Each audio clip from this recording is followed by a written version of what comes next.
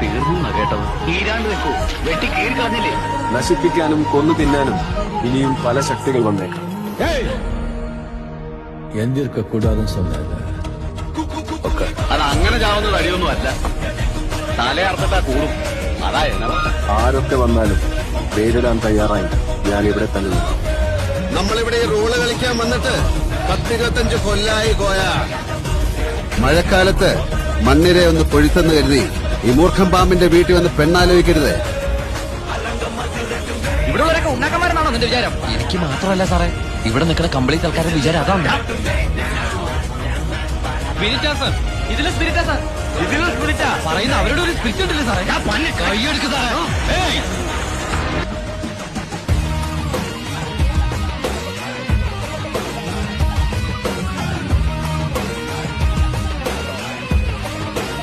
മോനെ, ഈ പറഞ്ഞ മാതിരി ഒരു നാട്ടുരാജാവല്ല, ഒരൊന്നൊന്നര നാട്ടുരാജാവാ.